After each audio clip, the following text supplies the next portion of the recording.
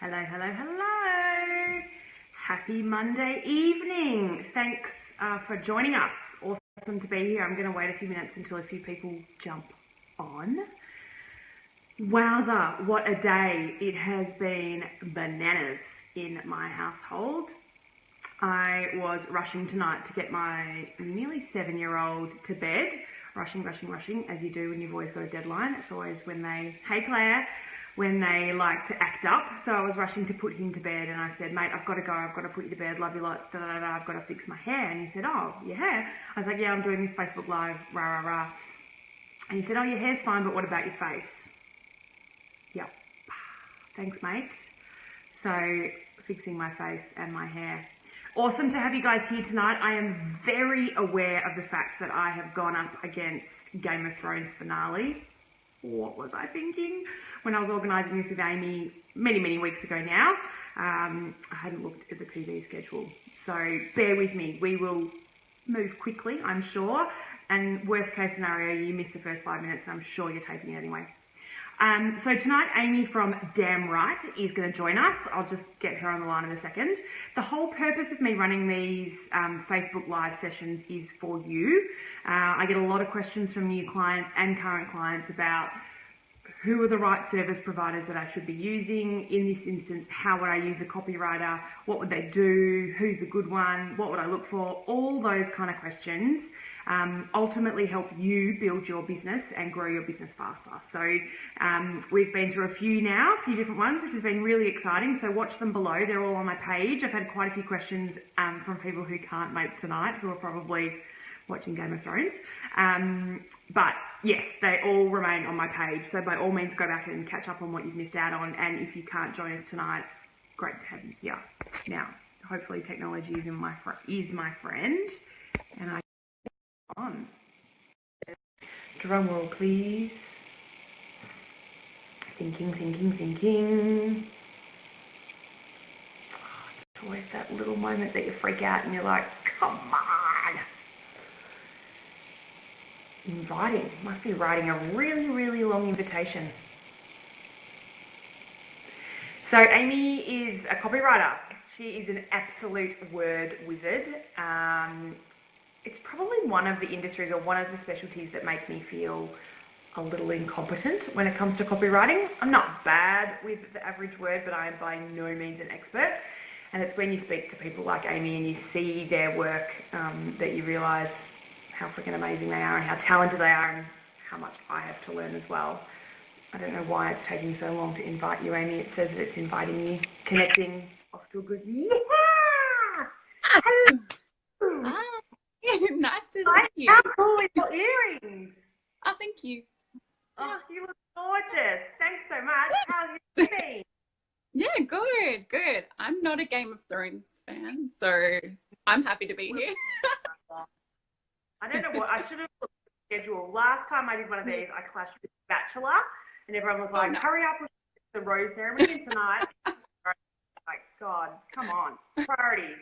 Business priorities. Does anybody watch TV live anymore? Like, really? Well, no. You're crazy if you do. You've got ads. So stick with us, hang out till the end, and then you can fast forward. Hey, thanks so much for joining us. It's awesome to have you here. I just didn't know whether you were here when you were connecting, but I was just saying that you're a word wizard. And word wizards make me feel a little incompetent because I am not one by any stretch of imagination. And it really does make me feel like I think I have a lot to learn. Hence, enter Amy. So what do you want to know? So why don't you just introduce yourself and talk to us about who you are, how your business came about, and what sort of work that you do. Yeah. So I'm Amy. I am a copywriter. I own and run Damn Right. Mainly work with small businesses, also social media managers as well, web designers, graphic designers, a lot of their clients work as well. Mm-hmm. I basically work with words. So copy is just the text. It's the text that is selling. It can also be a little bit of content like blog posts and that sort of thing, but generally it's like your website content, your social media captions, your emails, anything that you are putting out there as a business to sell something, basically. Yeah. And so what sort of, when you work with social media managers, how does that work? Like they're obviously the middleman between the client and you're just equipping great content. Yeah, so they're still usually putting together the content itself, but I'll jump in and do the captions. So trying to capture the client's brand voice and that sort of thing, trying to get people to engage on an account, which is always fun. I know. So hard, isn't it? Oh, look, hi, Sally. Oh, Sally. Hello, hello. Like, are you going to be better than I was? Yeah. Better be. We're not competitive at all. Background. Have you been a copywriter for life, or how did you come No, into it? I was not born a copywriter, surprisingly. Maternity leave business, like a lot of people, a lot of mums. I've always loved really good branding, like really good graphic design, websites, that sort of thing. But I would suck at it. Like I'm just not that good at the visual side of things. Yeah. And copywriting, it's surprisingly strategic and strategy based. It's a lot of formulas. It's a little bit of creativity, but mainly it's strategy, and I love it.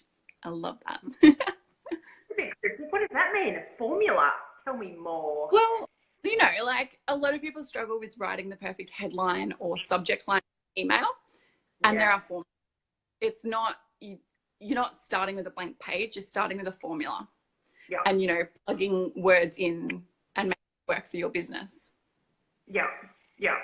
Yeah, and I guess that's even more important now in the land of social media. Instagram's kind of taken the world by storm, which is such a visual platform, but and people are just kind of under the impression that I'll just put beautiful pictures out there and things will sell. Shock horror, they won't. So how does great copy still get weaved? How should great copy still be weaved into your content plan, I guess? Yeah. Well, I love Instagram. Even though I work with words, I still love it. I love the visual aspect of it. But at the end of the day, it's not going to matter how pretty your picture is if your caption is not up to scratch, if your bio is not up to scratch. You're still trying to get to click through to your profile, through to your website. And when they get there, if what they see, if what they read isn't gelling and fitting with your brand personality, they're probably not going to buy.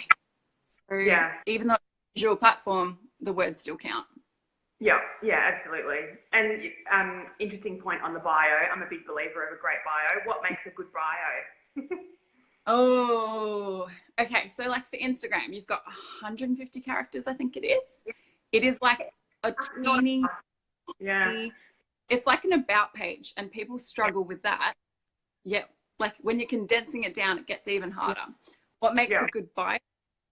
Firstly, your name. So many of you are missing your name. Even if you're a product-based business, I want to know your name, because if we're going back and forth on Instagram, it gets to that awkward point where you're like, I don't know who you are. Apart from that, you need to say what you do.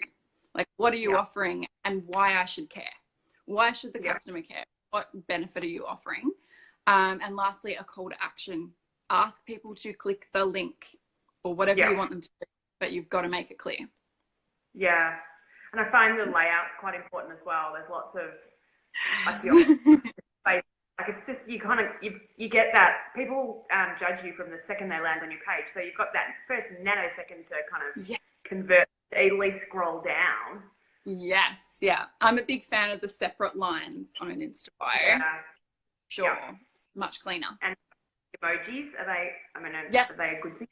Yeah. I joke about specializing in emoji copywriting, memes, emojis, all of that. Not just words anymore. No, there was a thing going around the interweb a few weeks ago about a guy on the news whose title was an emoji translator. Did you see that? I saw that. Yeah. I'm just a business coach. I need to come up with a way swankier title for myself. If you could be an emoji translator, how could that be? So Uh, so great copy obviously gets you to connect with yeah, business and give people insight into who you are. yeah, And I thought it was interesting what you said before about giving people like the 101, like your name. That's how you build that relationship and that's how you build that connection. So yeah. how do you balance that? The business with Um, the mm, personality brand. yeah. Ideally, a lot of what I work with are small businesses where it's the one person or maybe a small team at most. So Yeah. there is a big connection between the business personality and their own person, usually, which makes it a Yeah. lot easier to connect. And I would warn anyone who it's kind of getting into branding here, but if you're looking at creating a business with a personality that is completely different to your own, you're going to, like, if you want to be really loud and out there, but you're really quiet, Yeah. you might just dial it back a bit. And that Yeah. way, you know, there is a connection. I definitely think you do need that personal touch in most businesses. It's what people connect to. But also don't go overboard. So about me pages are the biggest culprit. So Yes. quite I am often, a victim of one of them. Not that I'm guilty. The yeah, first when I started my website, my about page, whew, I think it took me yeah, about 12 years to write, and it would have taken you 12 years to read. Like it was like like the it's day a I was novel. born. Yeah, Yeah. yeah. Who, It's who about, doesn't read a novel? of course, we all think that. But at the end of the day, you kind of have to, it's packaging it in a way that is customer relevant. So, you know, you've been in business for 10 years. Cool. What does that actually mean to the customer? Why should Yeah. they care about that? Yeah. Yeah. What's the benefit? It's all about Yeah. the benefit. Yeah, it's so true. So I work with lots of small business owners, and I do help them quite a bit with their copy, which Yeah. for a copywriter makes me feel a little uncomfortable. But there's just this general limiting belief that I'm hopeless, like that people believe they're hopeless at writing Yeah. copy.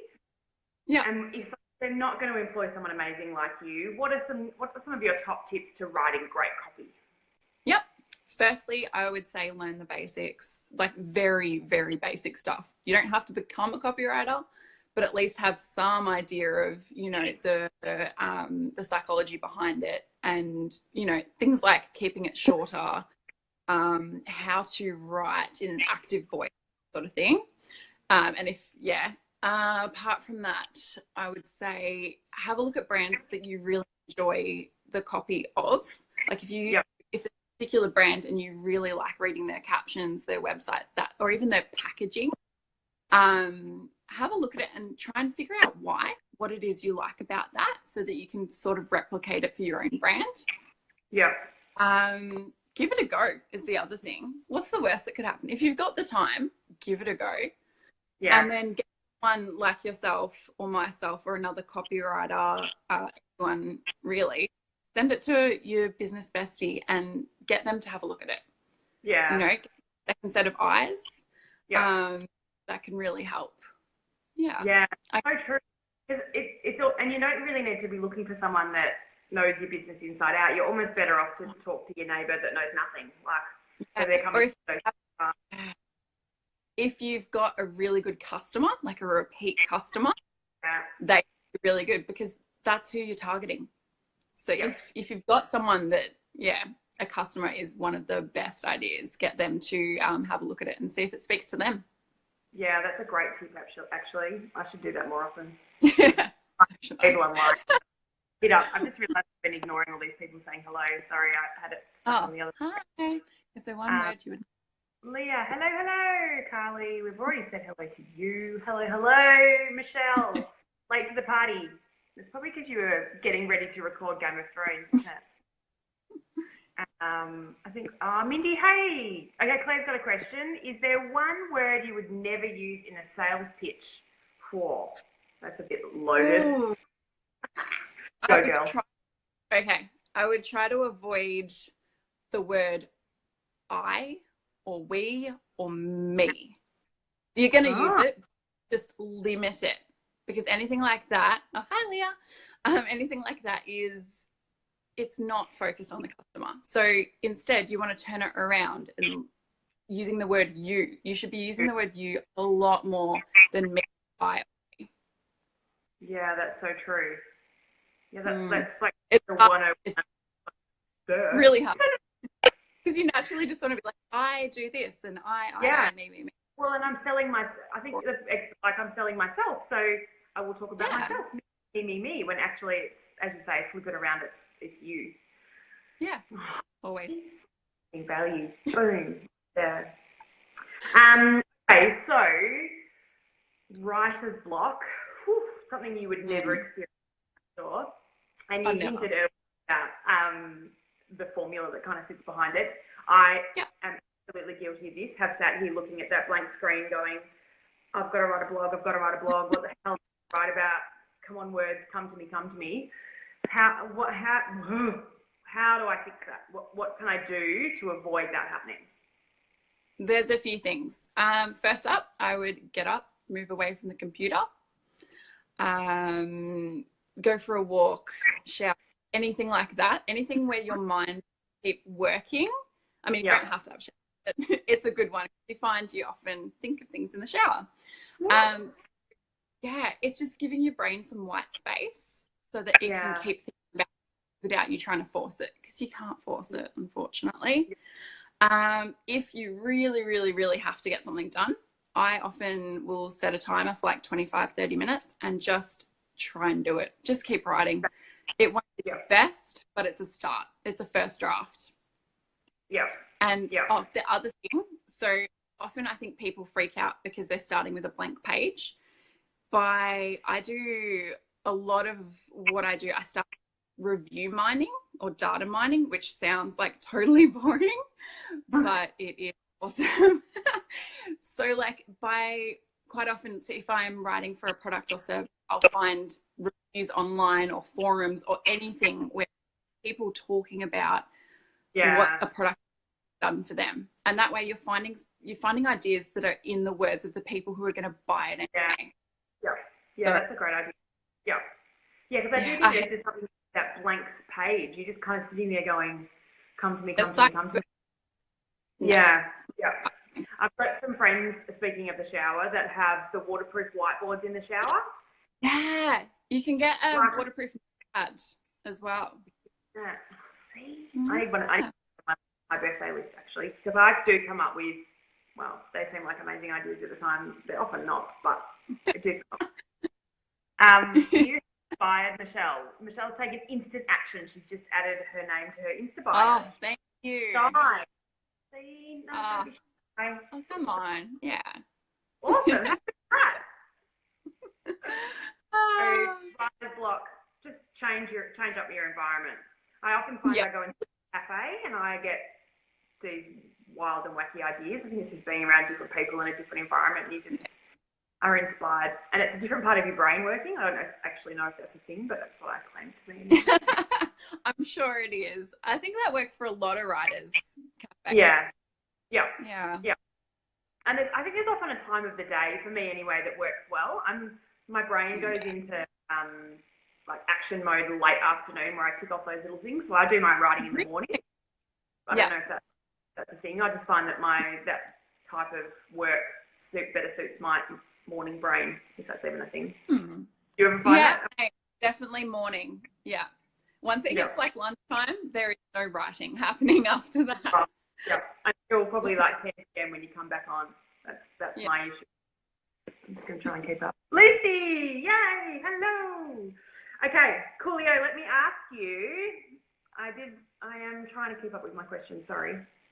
Okay, so this is kind of a question I've asked a few of the people that I've interviewed. It's quite intimidating and hard choosing the right person to work with. Like, how do you kind of approach someone, and how do I know that you're going to be a great fit for my business, whatever it might be? So there's obviously lots of copywriters out there, just like there's lots of business coaches. So how do you go about choosing someone that's going to be a great fit for your business? Yeah. My number one tip with a copywriter, have a look at their own website and social media, but mainly their website. Have a look at the voice they they have, because at the end of the day, we are adaptable. I can adapt to a different brand to a certain degree. If you find a copywriter and their website really speaks to you, like you really like their voice, it's a pretty good sign that they're going to be able to write something that you're going to be happy with. Yep. Yeah, it's a really good point, isn't it? Yeah. And it's how they portray themselves. Because you do have to, like, particularly if they're writing, or they're obviously always going to be writing on your behalf. So they need to understand who you are and be able to connect with you as well. So you need to have that basic, I don't know, groove, don't you? Yeah, for sure. Definitely. Yeah. And do you do the same when you're working with clients? Like, is it important for you to feel like a good connection with their biz? It's cool. But you can around it a little bit. I definitely, you know, part of the research and onboarding of a client, I'll check out their social media, their website, that sort of thing. I usually get them to fill out a questionnaire, which is quite extensive, helps me get in their headspace into their brand. Yeah, I just went through a rebranding process with my business, and it was the same thing then when you start working with branding. It's like, who are you? How do I get into your head as quickly as possible so that I can then almost... That's it. Yeah. Yeah. Like, how can I become you in the shortest time possible? Yeah, absolutely. And it comes back to that, what you were saying before, is that, like, you don't want to portray yourself in a certain light in your words, and then someone meets you at an event or chats to you online and you're this completely opposite person. I've met so many people who I thought I was really good friends with online, or who I've been mad in love with, and I've met them in person and I'm like, this is not, who are you? Like, this is not reality or how you put yourself online. So you just lose that. That lack of consistency, it destroys trust. Yeah, it does. We do work to build trust, and if it's not consistent across the board, it's gone. Yeah. Claire says, I can do a good short post, I think, anyway, but writing a longer bio or an about section freaks me out. Are there any tips on the points I should hit? Is there an order even? Yeah, that's a really, really good question. That's a tricky one. Okay, longer bio, about section freaks me out. Any tips on the points I should hit? Oh, Claire, you've stumped me. Okay, so an about page bio. Firstly, I would usually start with don't start with the word welcome. I can't handle that. Just no. So like a hi, hello, and your name. Like, hi, I'm Amy. Then you want to get to what you do and who you do it for. So I'm a copywriter for small businesses, you know, that sort of thing. And then you kind of want to take it to the next level of what the benefit of your product or service is delivering to the customer or client. That can be tricky. A lot of people struggle with benefits. I think, so with copywriting, you've got features and benefits. A feature is something, most people know what features are, and that's what they think are benefits. A benefit is something that is life-changing. Yeah. So the benefit of hiring a web designer or a graphic designer or a photographer or a copywriter is hopefully that your business succeeds, that your business does better, actually the benefit is probably that the lifestyle you can have because of that. So it's taking that to the next level. So you can definitely bring that into an about page or bio if at all possible, because they're not there to hear your life story, unfortunately. Save it for your book. Definitely always bring it back to why you're there. And I find I've read a million about pages, and a lot of people think that it's their opportunity to tell their life story. And look, I might have been guilty of this way back when as well. And it's, again, just finding that balance between the personal and the professional as well. Not even professional, but the personal and the business. Your about section is not, here's my life story. It's got to be about your business. Yes, how you into your business, but the two have got to be interconnecting, I guess. Yes, for sure. Yeah. Exactly the same with building websites and trying to think like them, get to know them, use their language and know their style, trying to become them as quick. Yeah, it is. You really are trying to become them in a weird, non-freaky way. Have to get inside their head because what you're putting out there, you know, is ultimately them. Yeah. I'm going to put you on the spot. A question that came through my Insta earlier in the day was around headlines and how do you write a great headline, which is a huge question. 25 words or less, not at all. But it's, you know, like whether it be a subject line of an email, how do you get that hook that's going to get people to open the email or going to get people to click on the Facebook ad or whatever it might be? What is, like, how do you write a good headline? Okay. There's always some fail-proof headlines that we all like to click on. Stuff like how to do something, 7 ways to do something. You can also go fear-based with that. So like the negative of like 3 ways you've been stuffing up, blah, blah, blah. I would recommend... Well, it supposedly tests better. If you... I don't like to live negatively. No. Mindset wise, so it's kind of like I don't really want to push that too often, but play around with it. I would highly recommend CoSchedule has a headline analyzer where you come up with your headline, you plug it in, and it will actually score it for you and tell you how to make it better. Nice one. That would be an tool for me. Oh yeah, it's fantastic because it's surprising though, because sometimes you think, even from a copywriting point of view, this headline is perfect, and you pop it in, you're like, oh, actually, but get around, much better. Yeah. Cool. Nice one. So it's the CoSchedule headline analyzer, Michelle. I'll find it, Michelle, and I'll link it below. Yeah. I think it is free, right? Yeah, for sure. Yeah. Too cheap. I'll find it. We're done. I'll link it below. Cool. And do you need to be overly salesy?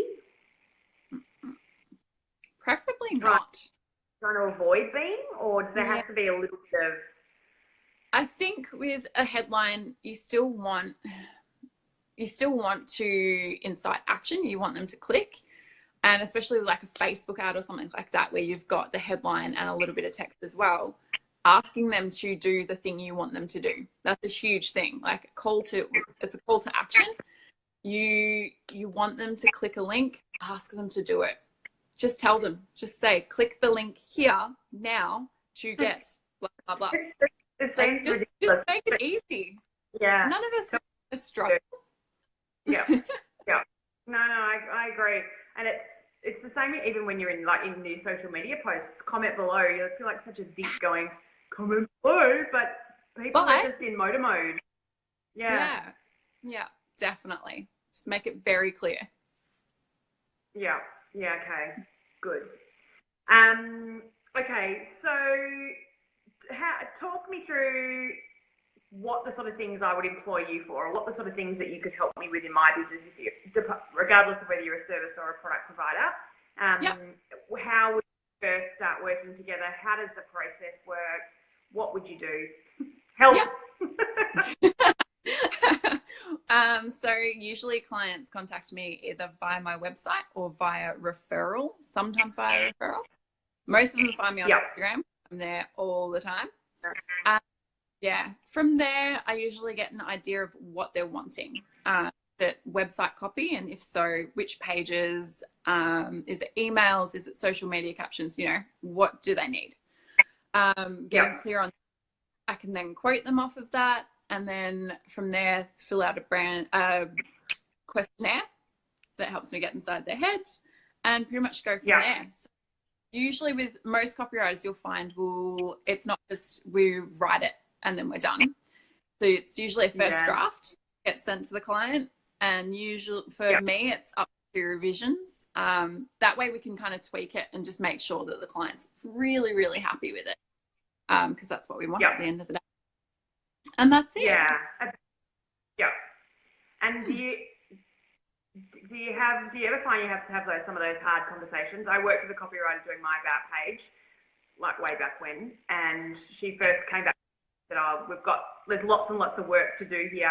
Do you want to start all over again, or do you want to refine what you've got? And I was so taken back by what do you mean? Over, like, I've written a novel, da da da da. But Yeah.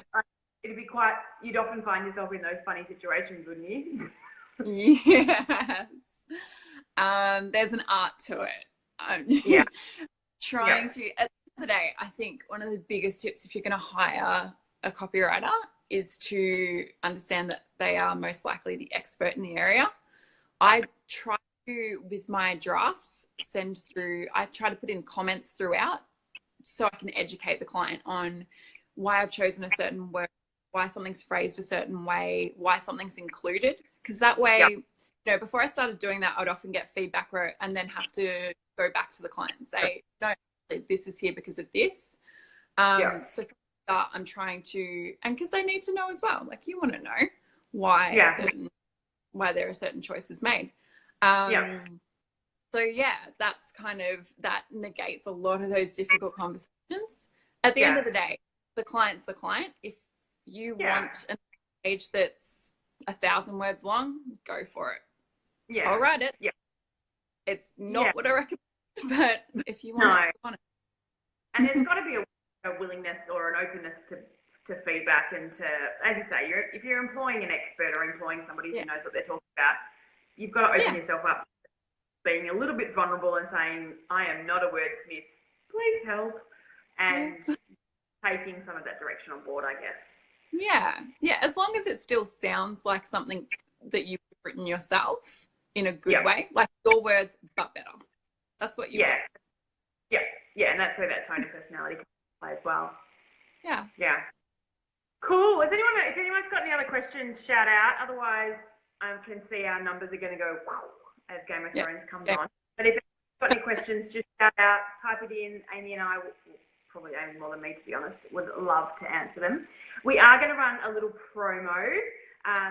So you can just comment below after tonight's session and just drop in your name or whatever. Tell us how amazing Amy is, basically. Amy is offering a free website copy audit, which I'm going to try and win myself. I don't know if that's ethically allowed, but I feel like I would benefit from that.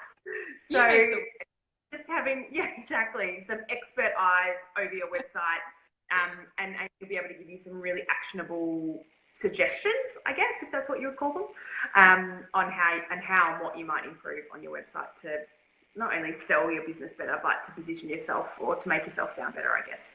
How do you improve your web copy? So that is amazing, and I probably won't be the winner myself. I probably can't do that, but hopefully get to work with somebody amazing, because there are some awesome chicks online, and there will be some listening as well.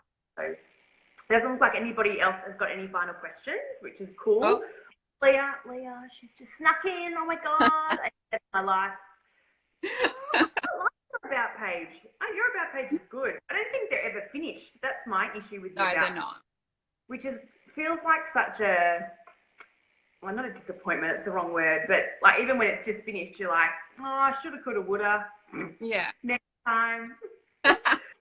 Carly says Amy's copy audits are awesome. Yeah, see, no surprise. So comment below if you want to get on board and try and get some time with Amy. Amy, thank you so much for joining us tonight. It's been awesome chatting.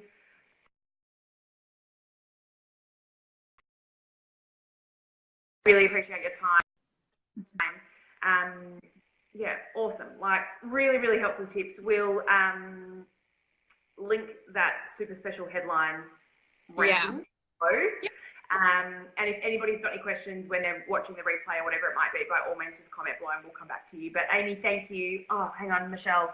I was given advice that if you're not embarrassed with your first website, you waited too long to get up. That's very true. So true. My first website was so terrible. I talk about it all the time. Like, I didn't want anybody to visit it. I didn't do anything with my SEO. I was like, don't find me. And I'd start working with people and they'd be like, oh, do you have a website? And I'd be like, oh, I want to say no, but I have to say yes. Go over to my social media. So yes, Michelle, that's so true. Just got to start somewhere, don't you? And if you get really stuck, now you know Amy and she's a rock star. So she is here to help. Thanks heaps. Enjoy game, or you won't enjoy Game of Thrones because you're not a Game of Thrones girl, but whatever you're going to go off and do now. But thank you. I really appreciate your time. It's awesome having you here. And we will chat soon. Thanks, guys. Thanks. night. See you later. Bye.